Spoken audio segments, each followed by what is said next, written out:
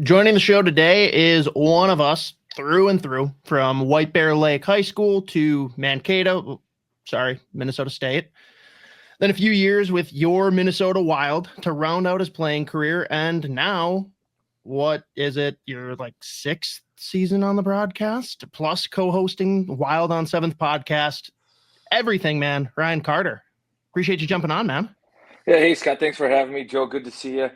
I think Mankato's fair. I still call it Mankato. It used to be Mankato State, and I was just after the marketing transition. I can remember getting emails that, hey, we're no longer Mankato State. We're rebranding to Minnesota State. I don't want to date myself, but yeah, I was right at that transition period. So it is Minnesota State now at Mankato. But yeah, good to be with you guys today. That's a mouthful there. It is a lot.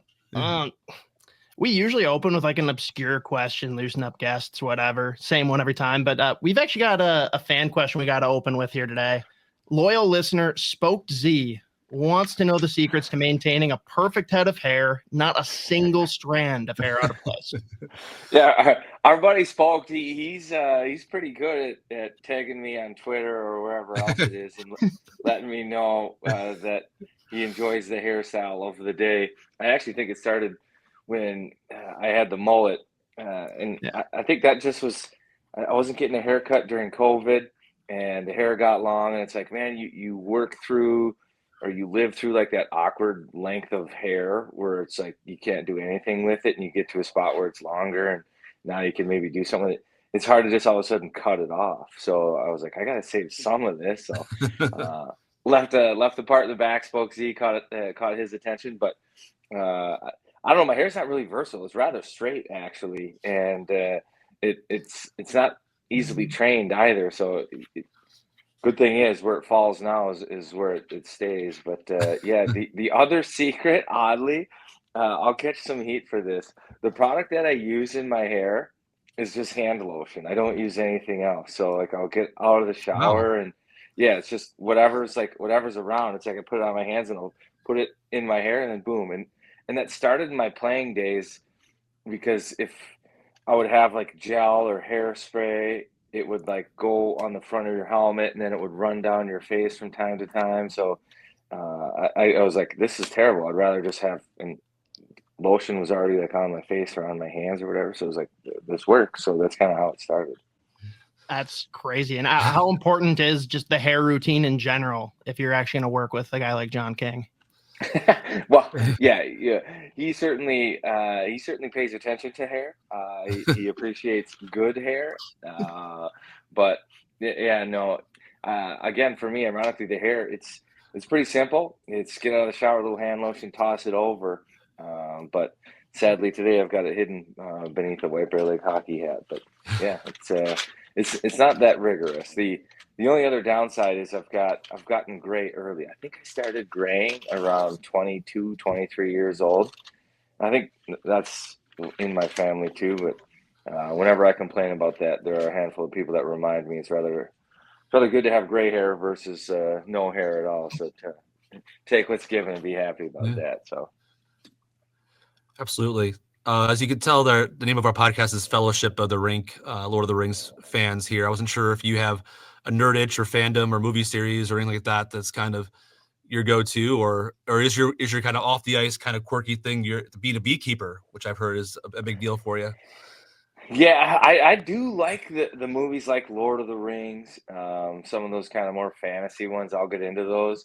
I don't know what it's like at your guys' house, but my wife and I, we actually don't align on any television or movies ever. So it works out well. On nights that I'm working, I can come home and kind of veg out on my own stuff, and that's where I get into my own series. But yeah, I would say where I get real weird is probably the beekeeping. Saying barbecuing meats. I think that happens to every guy. Joe, you're a new dad now. You went from probably, and this will be it seems like it happens to every guy. You go from, kind of apartment living to beers with your buddies at the brewery to, now you're kind of at home because you've got the kid on the weekend. You're like, what am I going to do all day? I can't go anywhere. So you're like, tell you what, this barbecue thing's not bad. I can smoke meat. I can hang For outside like hours. 8 hours. I can tell the wife I can't do anything else. I got $100 brisket on the grill, and you can have a couple of beers. So it's a good way to enjoy the weekend. So I kind of adopted that as a hobby too. Well, how'd you get the beekeeping thing going? Like, what sparked that interest, or I guess you say passion for it? Yeah, dude, it's crazy because COVID seemed like it was so long ago, but it changed, I think, my life and everybody's life in a lot of ways that I really didn't see coming. But it gave me some time. I got COVID when it was like the 14 days in the basement, or you were quarantined. That was the long stretch, and I really didn't feel ill or poorly at all. And the only reason it was really caught is because we had the NHL testing. So if you were going to be around the team, you were tested daily. And as soon as you showed any symptoms or anything, they're like, boom, you're gone, 14 days. So I was sequestered to the basement, felt fine. And I was like, man, I've got this in. Go back a moment. I had a buddy, I've got a daughter who has food allergies. She's got a tree nut allergy. She has seasonal allergies. And I have a friend that said, hey, man, listen, I've got seasonal allergies and issues. And in lieu of taking Zyrtec every day, I take a tablespoon of honey that we get from the backyard, local honey, and it supposedly helps. So I was sitting in the basement. I was like, what am I going to do? I got to do something positive, something productive. So I start watching YouTube videos. I watched like 80 hours of YouTube videos. I read like 2 beekeeping books. And 14 days later, I came up the stairs and my family's sitting there. I just imagine myself glowing like honey, saying, hey, I'm a beekeeper now. And it was that next day I went out and got all the gear, ordered the bees, and kind of the rest is history. So that's how I became a beekeeper. How many do you have now? I've had up to like 5 hives, and that got chaotic. So they split, and there's a lot to learn about them. They kind of live their own lives and do their own thing. The beekeeper's job is to like kind of manage it and kind of control it a little bit. I didn't have a great feel for it early on, so I went from like 2 hives, and they split. Then I had 4, then 1 swarmed, so I had to pick that one out of a tree. That became 5. But 5 yields way too much honey. It was a little bit too much work for one guy in his backyard, so I've reduced it down to 3. I'll be between 2 and 4 hives at any point in time. Well, I've covered guys in my career that have been on 15, 17, 18 years without reaching a cup final, and I was just thinking to myself, you as a rookie, your first year, with the Ducks there, and they go on their cup run. Like, what's your most vivid memory of playing some of those games and just kind of the whole experience of being part of that group? Well, I can tell you right off the bat, one of my first memories was I was sitting on the bench for my first ever game, and it was the Western Conference Final. And to the point you made, there are guys that have played a lot of hockey and great hockey and never had a chance to play even that deep in the playoffs. So my heart's beating out of my chest. I'm about to soil myself, and I look to my right, and it's Team Solani on the bench, and by that point, he's already like a Hall of Fame guy. Like, he's a household name. I couldn't believe I was sitting on the same bench with him. But in that same moment, that was the furthest he had ever been in the playoffs in his career. Hall of Famer, furthest he'd ever been, West Final. And here I am, some young, dumb little kid, first ever NHL game in the West Final. And I was like, man, just don't screw this up for Team Moot. Don't do it. But yeah, it was pretty cool. I think in the end it was good too, because I didn't understand probably the situation I was in and the pressure that everybody else is kind of under in that spot. So a little naive, didn't play a huge role, but a great experience. And I mean, you're biased, obviously, but I'll come out and say it for you. I don't think I have seen a better, like, no shit, this is the team that's going to win the Stanley Cup this year team than that 07 Ducks roster. Brian Burke, the general manager at the time, he still will stand on any mountain and scream, hey, of all the cup winners of all time, I'll put my 2007 Ducks against anybody, and I think it's a 6-game series at best. So you look at the lineup, it was, Chris Pronger, Scott Niedermayer, they could play 30 minutes a night. So you have like an NHL top tier, like a top 4 D-man on the ice the entire game. You have Scott Niedermayer, who, if things go into overtime, he's Captain Clutch. The game's over. He's likely going to find a way to score. Yeah. Up front, it was Team Mussolani, and he really had chemistry with Andy McDonald and Chris Kunitz. Like, that line was buzzing.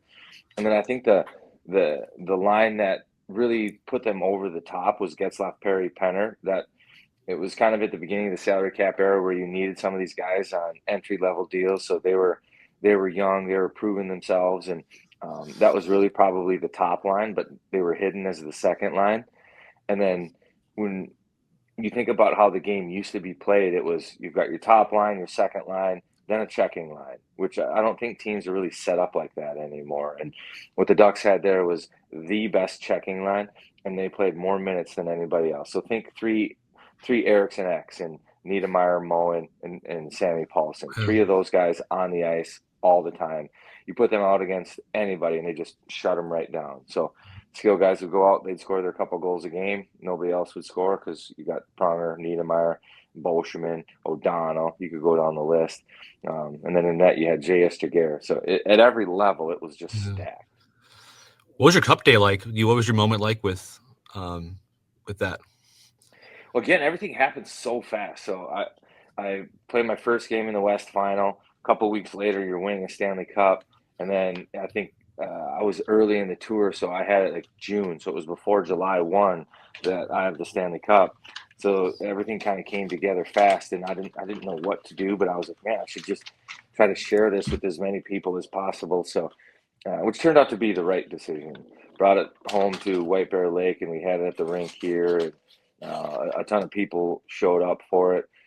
And then flew it down to school. It was cool. There was a flight program at school, and one of the pilots from school flew up to the cities, grabbed me and my dad the Stanley Cup. We flew down to Mankato. We had a little event down there in Mankato. Flew us back up here to the cities, and then of course there needs to be a little bit of time for myself and the buddies to hit town and have a good time. So we did that to end the night. Was Anaheim days the days when you took an Ambien before a game, or was that different stuff? I couldn't. When I heard that story, I couldn't believe it, and I was like wondering, how do you function overall like in an NHL game after taking one? Think about being in the battle of your life with yourself and having to play a game at the NHL level against, mind you, the Chicago Blackhawks, who at that time were unbelievable too. It was Jonathan Toews and Patrick Kane and those guys. So it wasn't a great choice. Again, naive. When you're young, you make stupid mistakes. I thought just helped you fall asleep. I didn't realize it's going to keep you asleep for 8 hours. And I needed a nap that day so bad. I didn't feel it, and I was like, I'm not risking this. Take the little pill that they hand off. And there's no, at that time there was no pill bottle that you can read. In hindsight, I could have jumped on the phone and Googled it or something, but I didn't do that. I didn't know. It turned out to be a mistake, but a funny one. The a story I asked you about before, I know you talked about it, the line brawl with the Devils and the Rangers, and you don't see that unless it's the Four Nations tournament, I guess, the amount of fights in one game. But what do you remember about the build up to that, and kind of was kind of coming, and it was you were one of the guys that were a true fighter that was actually part of that group versus some of the rest of the guys. Yeah, and so that's all weird. Again, we've been at this podcast for 13 minutes, and I'm making this point that I'm really aloof. I was the only one in the building that didn't know we were fighting. So if you go back in time, so what started this was New York came into our building, to New Jersey's building, our building 3 weeks prior, and they had started their fourth line. And Pete DeBoer, our coach, had put out some skill guys and said, all right, we'll get a good matchup early on. Maybe we'll score. And, but their tough guys ran around, and they laid big hits on Kovalchuk and Zach Parise. So instantly on our bench, we kind of knew what was going on. We had to respond. So my first shift out there, Brandon Dubinsky's out there, hit him, we fight. And I end up hurting Brandon Dubinsky. He leaves the game and he doesn't return. And he doesn't play until that first game back at Madison Square Garden. So our coach now, when we go to Madison Square Garden, Pete DeBoer decides he's going to do the same thing to John Tortorella. He starts the tough guys. So we start the game, and Tortorella and those guys, they have the opportunity then to look at the lineup, match it, and then put their guys out. That's kind of the way it works. So we know in the locker room that it's fourth line versus fourth line, tough guys versus tough guys. But I play the middle. I'm looking at who I'm facing off against. So it's Brandon Dubinsky. He hasn't played a game since the last time I fought him 3 weeks ago. This is his first game back. He has a full face shield on from warm-ups. So there's no, I had no clue we were fighting. Maybe the Wings were going to fight. I didn't really know. I thought it was going to be a hard, heavy first shift. I didn't anticipate the D-man coming up to take the draw to fight. So that's how that one goes. Again, everybody in the building knew something was going to go down except for me. But yeah, so it was not something that was planned, but I do like and miss that there was an element of pride when it came to fighting and standing up for your teammates. You know, like that those events occurred 3 weeks prior. We still wanted to make a statement. We were still going to stand our ground, and as silly as it might seem at times, fighting's a way to do that, and that made a statement. In that year, if you go forward, we end up playing the Rangers in the East Final, and those little things that occurred during the regular season, like a fight at center ice and how those things played out, they mattered in the end. And we found a way to beat the Rangers in the East Final to play the final. So you never know, but when you sacrifice, you do the hard things, and sometimes it pays dividends down the road too. This interview is brought to you by our friends at Waggle Golf. Waggle Golf believes what you wear on the course should reflect your individuality, who you are, where you're from, your hobbies, interests, and passions. All the stuff that makes you, well, you. That's why every design is inspired by the desire to create a piece of apparel that strikes a chord when you see it, that makes you say, wow, that was made for me. Because in a lot of ways, it was. Ready to get your waggle on? Go to getyourwaggleon.com, throw in promo code SP10 at checkout to take 10% off your entire order. And you played with Hall of Famers in your career in Cup champs, like Kirill Kaprizov, being around him, watching him up close. Like anybody he reminds you of a guy you played with or played against, and like I guess what makes him so unique in your mind?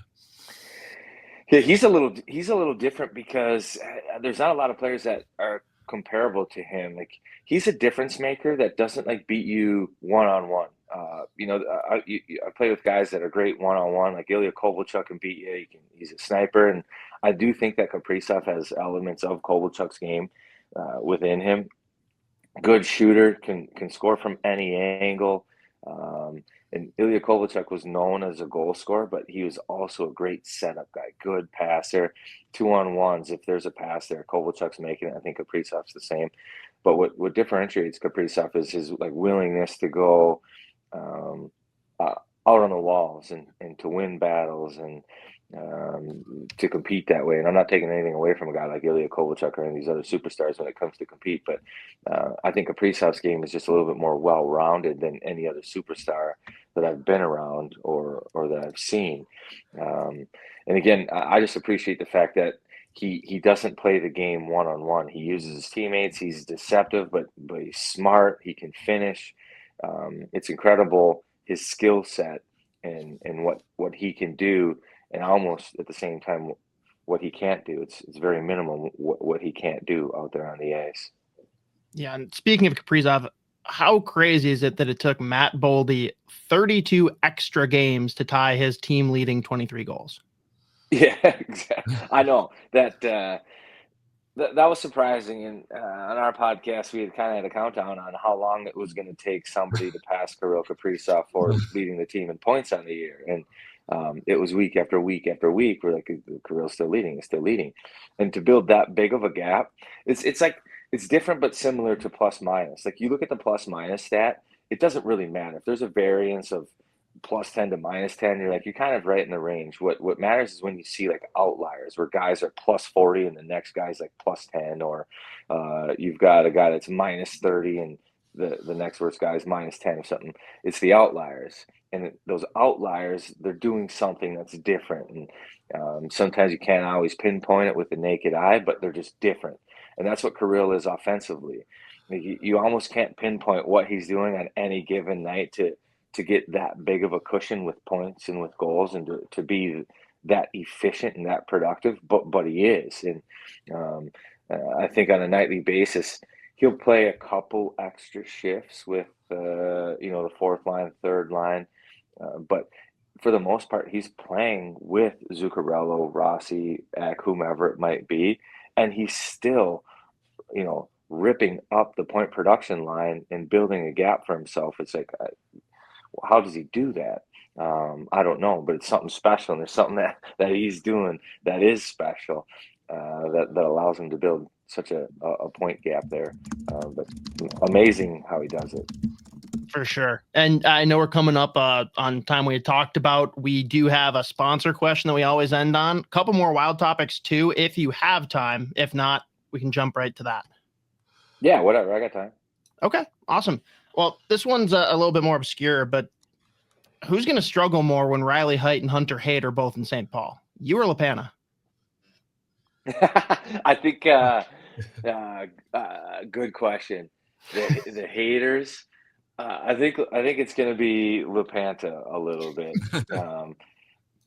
Although you start to learn style and numbers. I think he calls off numbers, not names. But gosh, yeah, he'll probably struggle to see or recognize which one. That's already starting to show up a little bit where he can't figure out who's out there. And it's happening right now. It's different, but they look similar with Hinnistros and Ryan Hartman. Like, it's hard. Who was that out there? But yeah, I'm going to throw that one at LaPanta.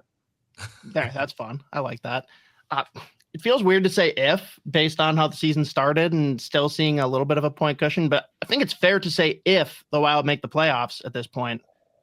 Which teams do you think they fare best against? Like, who do you want to see that match up with? So I think it's more or less a done deal that they're making the playoffs. I think they're locked in the 7th spot. It's going to take 2 teams to play really good hockey down the stretch and to jump them. I think it's feasible that one team can go on a heater and do that too. I just don't see it happening. I think they've built a good enough cushion here down the stretch to where they're going to end up in 7th.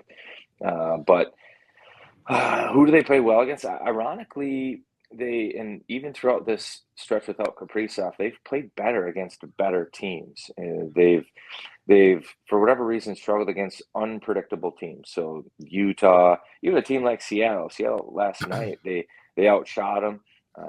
Seattle had their chances. They didn't score. Gustafsson was good. But there's a predictability to good teams and well-coached teams that the Wild seem to play well against, and they can rise to the occasion. They're good against Colorado. They're good against LA. Some of these teams that they know how they're going to play, those teams are kind of committed. And the Wild are maybe at times a little bit better at staying committed to a style of game than these teams that on paper are better than them right now.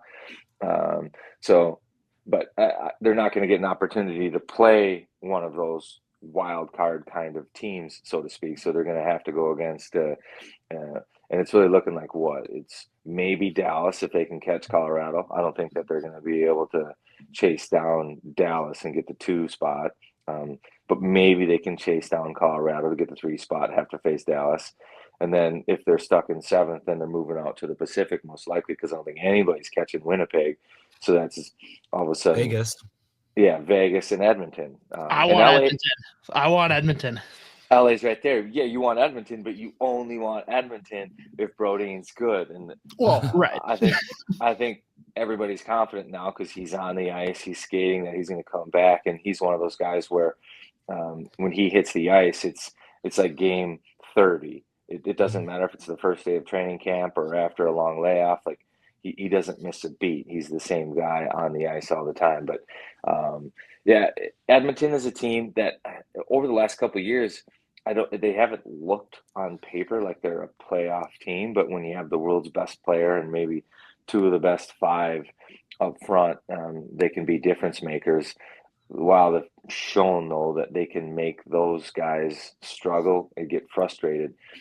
So I think I would like that matchup. I think Vegas scares me a little bit because they're big, their decor is huge, and I think our forward group struggles against those bigger decors a little bit too. So if I was playing hey, let's guess why they're going to play against and who they fare the best against, it might be Edmonton at this point in time. Last question before our sponsor one. You've been hearing this or talk about this the last 3 or 4 years, is the summer of 2025 when the Parise and Suter cap hits would be off the books, to be a chance for the Wild to kind of cash it in and finally be back to even, I guess, with everybody else. Now the cap is going up a significant amount the next 2 years. If you're Bill Guerin, like, what's your summer shopping list look like? What areas does this need? Like, what players or what kind of players does this team need? Aside from signing Kirill Kaprizov to make this kind of into a contender? Yeah, good question. And I think Bill Guerin has done a pretty good job of tempering expectations. Like, if you look at that money, a lot of that money is already probably spent. You give 8.5 to Brock Faber, and that hits the books then. I think what's going to help them too is it sounds like the salary cap's going up, so there is going to be a little extra money to be spent there. Where I think they've done a good job is they've built through the draft and they've had kind of their own guys and they've developed those guys and they've paid those guys. So you've got a good core group of guys that are happy with their deals, that have earned their deals, and they've spent internally. They haven't gone out and chased guys that are maybe past their prime or in the last couple of years of their prime and having to get 2-3 years out of a guy, but give them a 6-year deal. But what areas do I think that they could use some help? I think for them to be a true legit contender now, you need to find guys that are excellent in their role and not just good in their role, excellent. I think it'd be wise for them to spend a couple bucks on a true face-off guy. Kill that story. And Hines talks about how the penalty kill right now, the keys are win that first face-off. You need the face-off guy. Go get one, right? So you've got to have a guy that gets you over the top on face-offs. That's so competitive that if they're practicing it in practice and it elevates everybody else, go get your 55% face-off guy, 54%. If you got to put him on the fourth line, so be it, whatever that is, but you need a face-off guy that can put you over the top, that you trust in all those spots. And then I think you probably need another sniper, right? Like a goal scorer. I think this year without Kaprizov, you've learned too that Boldy's he's a good complement piece, and he can get you 30-40, but it's hard when all the attention's on him. And if you get another scorer, like a legit scorer, you all of a sudden become like a matchup nightmare. Like, all right, you shut one line down, we've got this other one. I think a 30 goal scorer. I don't know what those guys look like. If you could get like a Tyler Toffoli or one of those guys, I don't know if he's a UFA, but I'm just throwing names up there of guys that over time have proven that they are just score. One of those guys, a face-off guy, and I think the decor has actually been pretty solid. So I like where that's set up.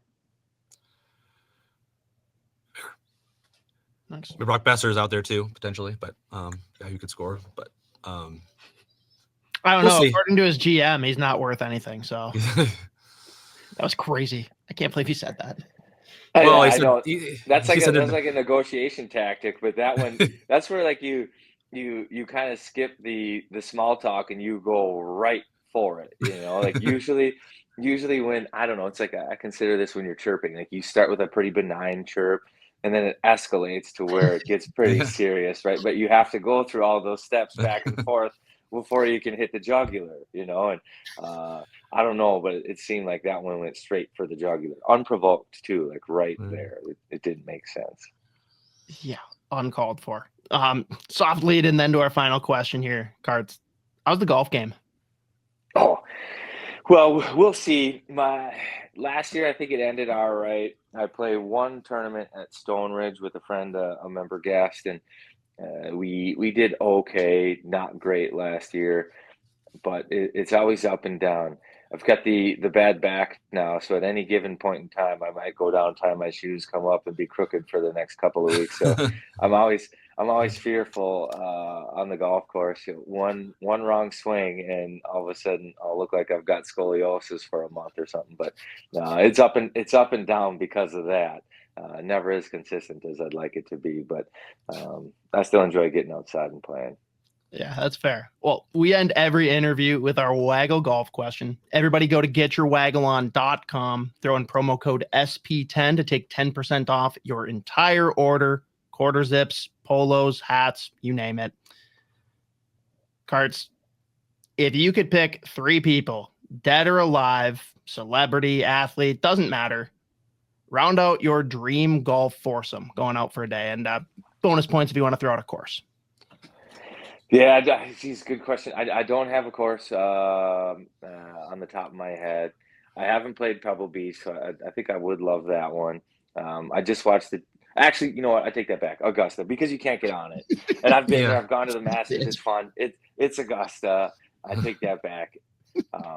That would be great. I'd love to play with Tiger, like prime Tiger though. I want prime Tiger. I want Michael Jordan. Because I just want to try to see if I can't get in his pocket and just double down. I want to know how big the stakes can be. But I want Tiger's bank account when I'm making those bets against Michael Jordan. No sweat. And then let's see here, who else? I would say probably like my stepfather then too, because it'd be cool to take somebody that along with you to an experience like that. So no LaPanta then. I'm a little surprised. Oh shoot, forgot about LaPanta. Yeah, no, he did make the cut.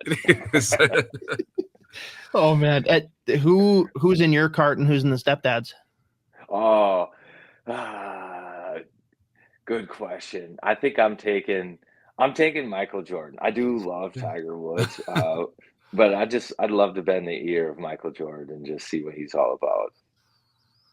That'd be one hell of a foursome there. Really competitive, and again, bring somebody else's wallet other than your own if you're going to be doing that. So right, that's all I want. I'd love to see those bankroll go back and forth. Cigar in Jordan's mouth, and just where can this game go? How high can the stakes be? Let's see you guys compete against each other. That'd be a blast. Awesome. Well, thanks so much for joining us, for taking extra time too, and just enjoy the conversation, of course. And I will not take an Ambien before the next game I cover. I'll make sure, unless Russo's there to pack me up, I won't be doing that.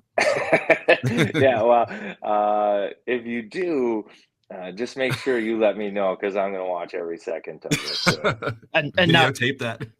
Next time you see Joe at the rink, you're going to have to ask him if he used hand lotion in his hair. That's right. I've got great hair too. Yeah. Oh, appreciate it, Carts. All right, thanks. All right. Thank you. Yeah, thanks, guys. Have a good day.